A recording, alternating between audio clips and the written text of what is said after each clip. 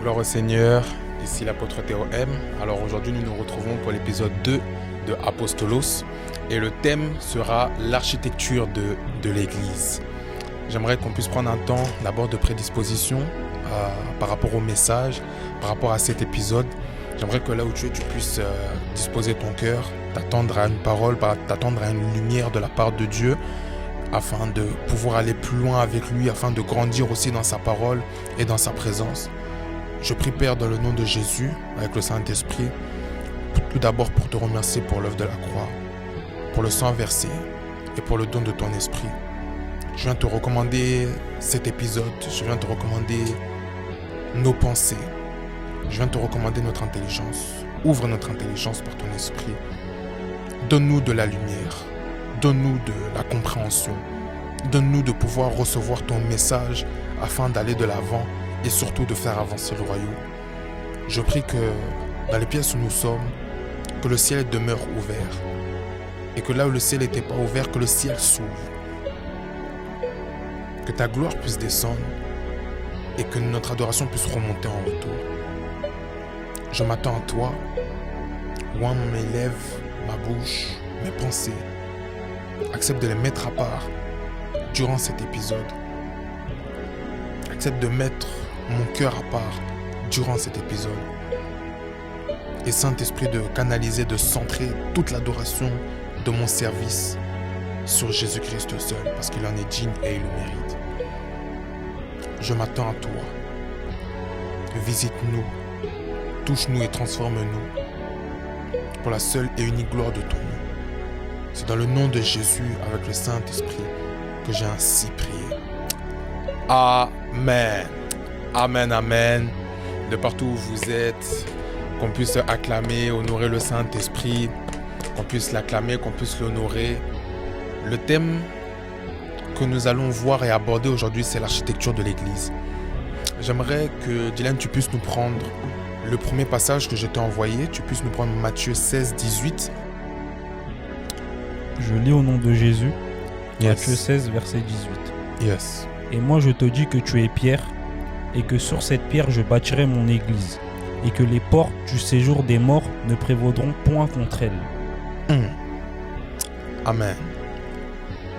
Moi, je te dis que tu es Pierre, et sur cette pierre, je bâtirai mon église. J'aimerais que votre attention soit captivée dessus. Attirez vraiment votre attention sur ce passage-là. Tu es Pierre, et sur cette pierre, je bâtirai mon église. Est-ce que tu pourrais nous lire, prends-nous Galates 2, verset 9. Galates 2, verset 9. Je lis au nom de Jésus. Ayant reconnu la grâce qui m'avait été accordée, Jacques, Céphas et Jean, qui sont regardés comme des colonnes, me donnèrent, à moi et à Barnabas, la main d'association, afin que nous allassions, nous vers les païens, et eux vers les circoncis. Amen. Dans ce passage, Paul nous raconte, pour vous mettre dans le contexte, l'une de ses rencontres qu'il a eues notamment avec 3 apôtres. Donc, notamment ceux qui ont marché avec Jésus durant les jours de sa chair. Premièrement, on nous parle de Pierre, Céphas, Jean et Jacques, qui sont les colonnes. Et lorsque vous regarderez les épîtres que nous avons dans la Bible, principalement, les épîtres viennent de ces 3-là, hormis l'apôtre Paul dans le Nouveau Testament. Ils sont des colonnes, ils sont des piliers. On va lire un dernier passage et après, par la suite, je pourrai couler et décoller. Prends-nous Éphésiens chapitre 2, du verset 20 au verset 22. Je lis au nom de Jésus. Vous avez été édifiés sur le fondement des apôtres et des prophètes, Jésus-Christ lui-même étant la pierre angulaire. En lui, tout l'édifice bien coordonné s'élève pour être un temple saint dans le Seigneur. En lui, vous êtes aussi édifiés pour être une habitation de Dieu en esprit. Être une habitation de Dieu en esprit. Amen. Merci beaucoup pour ta lecture, sois béni. J'aime une chose ici, c'est le fait qu'on vous parle d'être édifié sur 2 fondements. 1. Les apôtres. 2. Les prophètes. Une pierre angulaire, c'est notamment la première pierre que l'on pose lors d'une construction, lors d'un bâtissement, lorsqu'on veut bâtir quelque chose. C'est la première pierre que l'on pose. Et on parle de Jésus comme étant la pierre angulaire, donc la première pierre sur laquelle l'Église a été fondée. Parce que c'est Jésus d'abord la première pierre, c'est Jésus le fondement. Et étant le fondement, il a décidé de bâtir sur pierre. Il a dit, tu es pierre, et sur cette pierre, je bâtirai mon Église. Mais lui-même est la pierre angulaire. Ce que j'aime au travers ces passages, parce que si nous parlons de l'architecture de l'Église, on est obligé de parler architecture, on est obligé de parler en termes d'ouvrage, donc notamment tout ce qui est artisanat, notamment au niveau du bâtiment, au niveau de l'édifice, de l'édification. Lorsqu'on nous parle d'être édifié comme fondement les apôtres et les prophètes, édifié, c'est le fait d'être construit, d'être bâti. Et quand vous comprenez cela, vous comprenez que les apôtres et les prophètes ont été un socle pour la vie chrétienne. Pourquoi ? Parce que premièrement, les apôtres pour l'Église. Mais deuxièmement, les prophètes, pourquoi ? Parce que les prophètes, eux, étaient d'abord déployés ou mandatés pour Israël. Mais comme ils ne sont pas à rejeter, et que maintenant nous avons deuxièmement les prophètes, car les prophètes sont maintenant des prophètes de Christ. Parce qu'autrefois on parlait des prophètes de l'Éternel, mais étant dans l'Église, là on parlera des prophètes de Christ. Il nous faut ces fondements. Parce que le prophétique n'est pas à négliger. J'aime dans ce passage une chose, Jésus dit, tu es pierre et sur cette pierre je bâtirai mon Église. Écoutez-moi très attentivement. La première chose sur laquelle j'aimerais votre attention et que vous compreniez, c'est que Pierre est la pierre sur laquelle Jésus a bâti son Église. Tu es pierre et sur cette pierre je bâtirai. Jésus parle de cela au futur. Mais sachant que Jésus décide de bâtir sur un homme, il compte sur le fait que à partir de cet homme-là, il compte bâtir d'autres hommes qui vont superposer ce que cet homme-là a fait. Tu es pierre et sur cette pierre, je bâtirai mon Église. Et en termes d'architecture, ou même notamment lorsque on regarde comment est façonnée une maison, sachez-le, une pierre ne suffit pas à bâtir un édifice. Ainsi, si vous comprenez ce que je suis en train de dire, Pierre est la première pierre sur laquelle Jésus a bâti son Église. Mais une pierre ne suffit pas, donc Jésus utilise aussi d'autres hommes pour bâtir son Église. Ainsi, j'aimerais vous dire quelque chose. Pierre est la première pierre sur laquelle Jésus a bâti son Église. Mais comme une pierre ne suffit pas, j'aimerais vous annoncer et vous dire ceci. Vous aussi, vous êtes des pierres. Comment ? Moi qui me tiens devant vous, je suis une pierre. Vous qui m'écoutez et qui faites partie de l'Église, vous aussi, vous êtes des pierres. Parce qu'une pierre ne suffit pas. Et voilà pourquoi, lorsque nous venons à Christ, nous avons tout un chacun notre pierre à apporter à l'édifice. Tu es une pierre de plus pour cet édifice qui est l'Église. Car l'Église, c'est la maison de Dieu. C'est l'édifice de Dieu. Mais dans le passage qu'on a pu voir, qu'on a pu lire dans Éphésiens 2, dans le verset 22, on nous dit l'habitat de Dieu en esprit. Il y a la facette physique, mais il y a la facette spirituelle. Et dans la facette spirituelle, sachez-le, le corps aussi est une maison. Mais j'ouvre une parenthèse. Si le corps humain est l'habitat de Dieu en esprit, dans ce cas-là, nous qui sommes le temple du Saint-Esprit, on devrait comprendre que nous aussi nous sommes un édifice. Et voilà pourquoi j'aimerais commencer à vous parler un peu des pierres.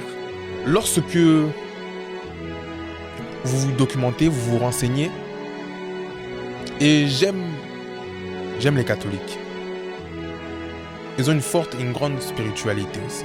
L'Église de Saint-Pierre, si je ne me trompe pas, à Rome.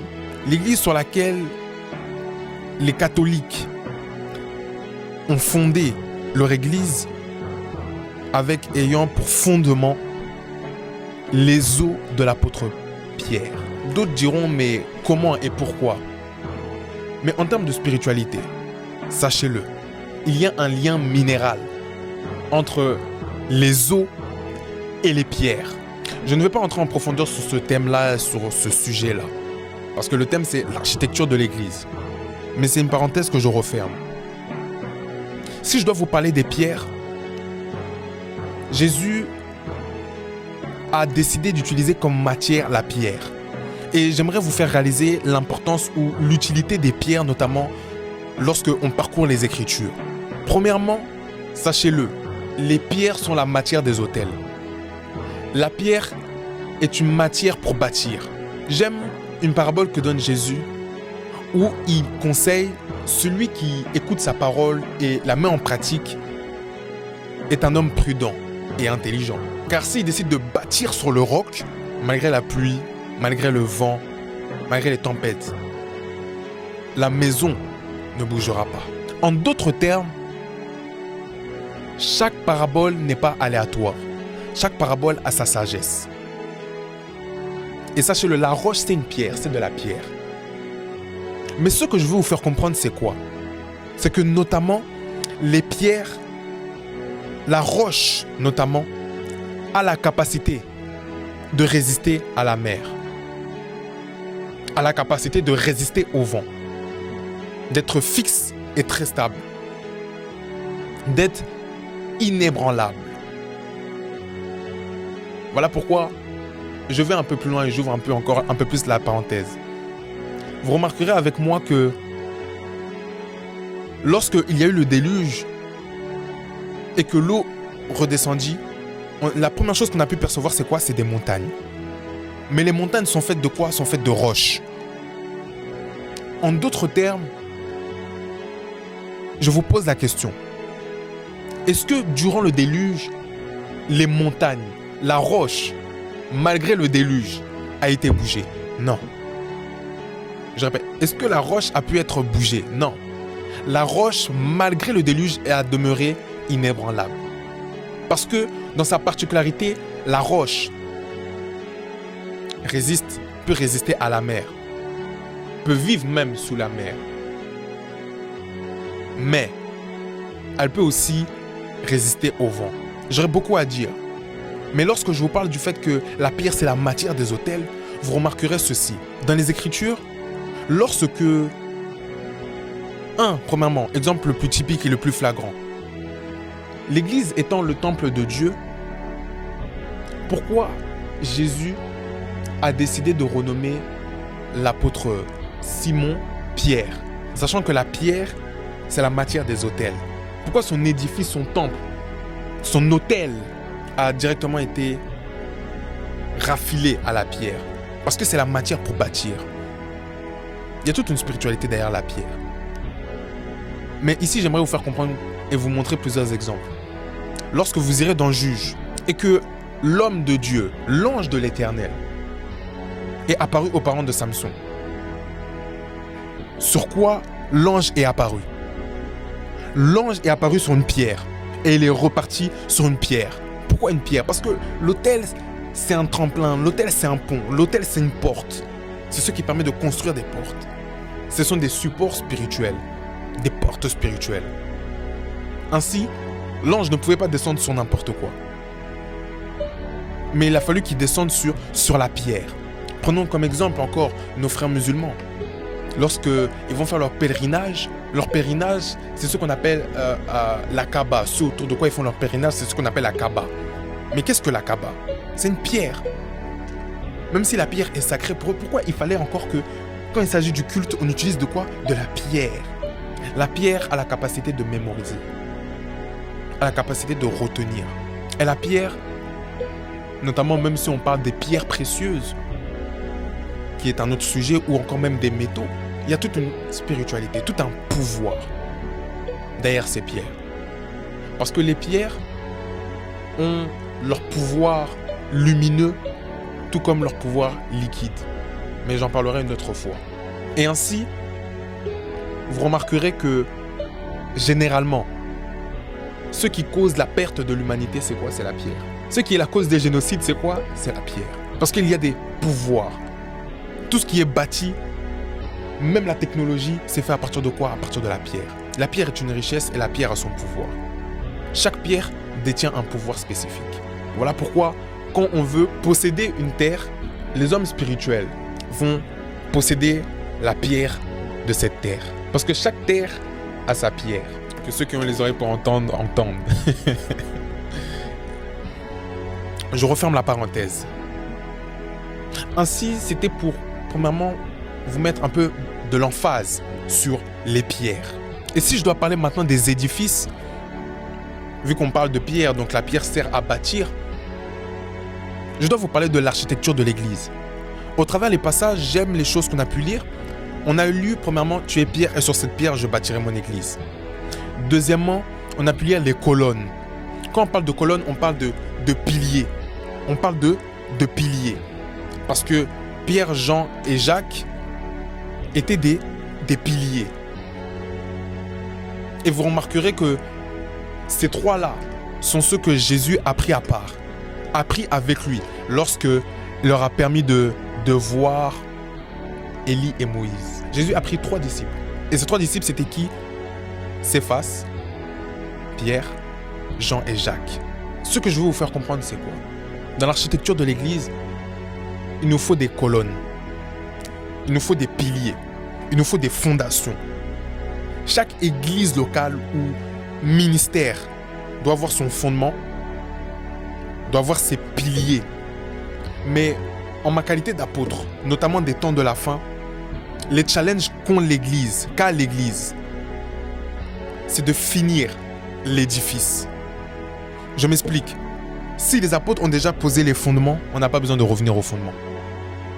En temps normal, on évolue à partir des fondements. Je répète, en temps normal, on évolue à partir des fondements parce que le fondement est déjà posé. Les colonnes ont déjà été établies. Mais le rôle d'un apôtre des temps de la fin, c'est de finir la toiture. C'est de poser le plafond. En d'autres termes, dans les temps de la fin, on doit finaliser la structure. L'église a déjà été bâtie, construite et elle a besoin d'être plafonnée. Elle a besoin de recevoir sa toiture. Ainsi, l'église pourra être glorieuse. Et tout ça, c'est quoi? C'est une question d'organisation. À partir de ce qu'ils ont déjà fait, on devrait faire évoluer ce qui a déjà été posé. On devrait continuer à faire grandir. Et voilà pourquoi, récemment, je regardais un documentaire sur la muraille de Chine. La muraille de Chine a été faite sur des siècles. C'est-à-dire que une vie, une existence sur cette terre n'a pas suffi pour finaliser la muraille de Chine. Il a fallu que cela se succède. Et l'Église, alors que nous sommes en 2026, après plus de 2000 ans, a déjà eu sa fondation, a déjà eu ses piliers, a déjà eu la structure. Mais elle doit finir la toiture. Ça, c'est notre rôle de l'Église, pour l'Église des temps de la fin. Parce que une structure ne peut être glorieuse si elle n'est pas achevée. On ne fait pas l'inauguration d'un hôtel qui n'est pas terminé, d'un mobilier, d'un immeuble, d'un édifice qui n'est pas terminé. L'édifice a de la gloire lorsque elle est finalisée. Et après, on peut parler de cérémonie d'inauguration. Parce que l'édifice n'a pas sa gloire tant qu'elle n'est pas achevée. Et l'église, étant l'assemblage de pierres humaines, n'a pas fini d'être achevée. Quand on nous dit le Seigneur reviendra, mais l'un des premiers signes auxquels il reviendra, c'est quand l'église deviendra glorieuse. Et pour cela, il faut que l'architecture de l'église soit finalisée. Je répète, l'architecture de l'église soit finalisée. Ça, c'est le rôle des apôtres des temps de la fin. De finir la structure et de pouvoir poser la toiture. On a pu parler des pierres, parler du rôle des apôtres de la fin et notamment parler des édifices. Mais j'aimerais rajouter et conclure sur cela.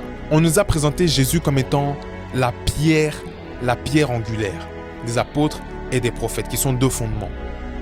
Donc il y a un fondement, un couloir, une façade qui est prophétique et une façade qui est apostolique.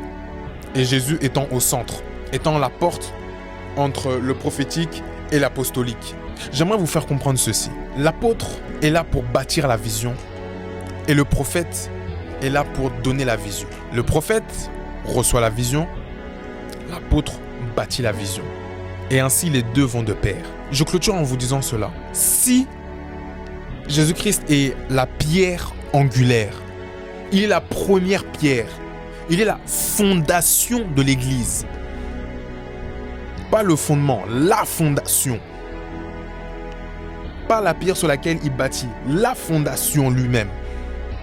Sachez-le, pour pouvoir détruire pleinement, totalement, démolir, déconstruire une chose, il faut aller à la fondation.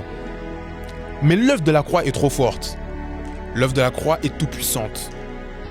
Et j'aimerais vous dire ceci. Aussi vrai que Jésus est la pierre angulaire, l'Église, l'édifice de Dieu, est indestructible. Que ça ait été avant nous, que ça soit par nous et que ça viendra après nous. Peu importe les scandales, peu importe les combats et les persécutions, personne ne pourra détruire l'édifice de Dieu.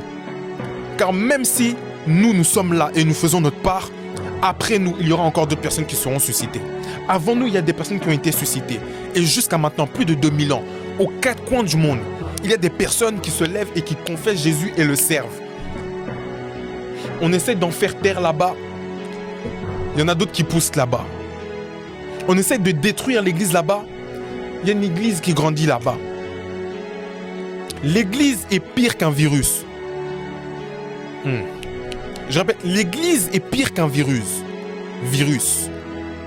Le Saint-Esprit est au-delà du virus. Et nous entrons dans les temps de la contamination de l'esprit. Oh, comment? Je répète, nous sommes dans les temps de la contamination de l'esprit. Il répandra son esprit sur toute chair. Sur toute chair. L'église de Jésus-Christ est indestructible. Pourquoi? Parce qu'elle est fondée sur Jésus-Christ. Et si vous voulez détruire l'église, il faut détruire Jésus. Donc, que ça plaise ou pas aux gens, que les gens ont des caprices et se plaignent ou pas de l'église, l'église peut s'améliorer, mais l'église ne sera jamais détruite.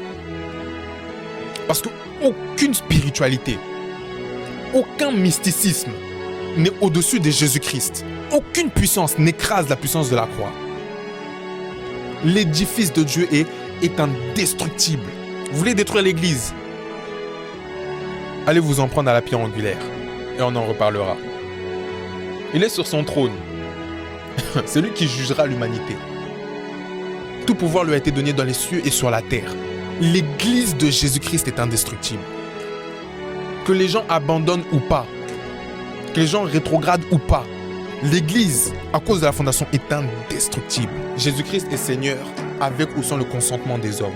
Parce que le plus important dans une existence, ce n'est pas l'aval des hommes, mais c'est l'aval de Dieu. Car l'aval des hommes est temporaire. D'où le fait qu'on peut se tromper sur le compte d'une personne.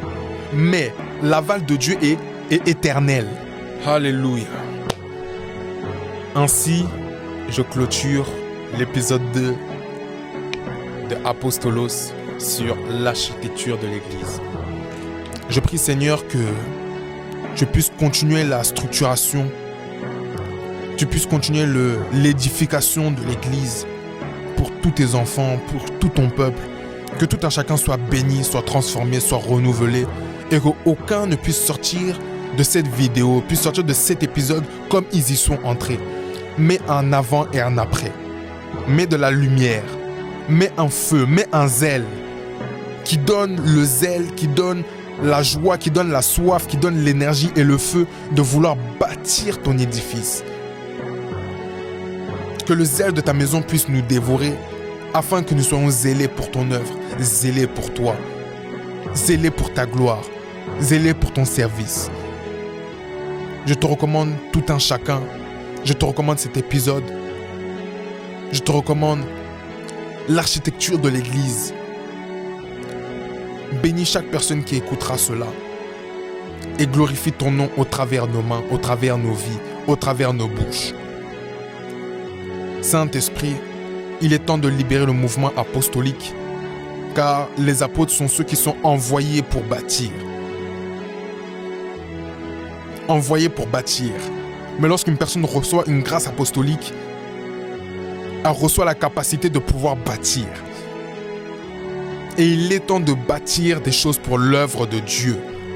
Qu'il en soit tel que j'ai déclaré au nom de Jésus-Christ et pas autrement, par l'Esprit de Dieu.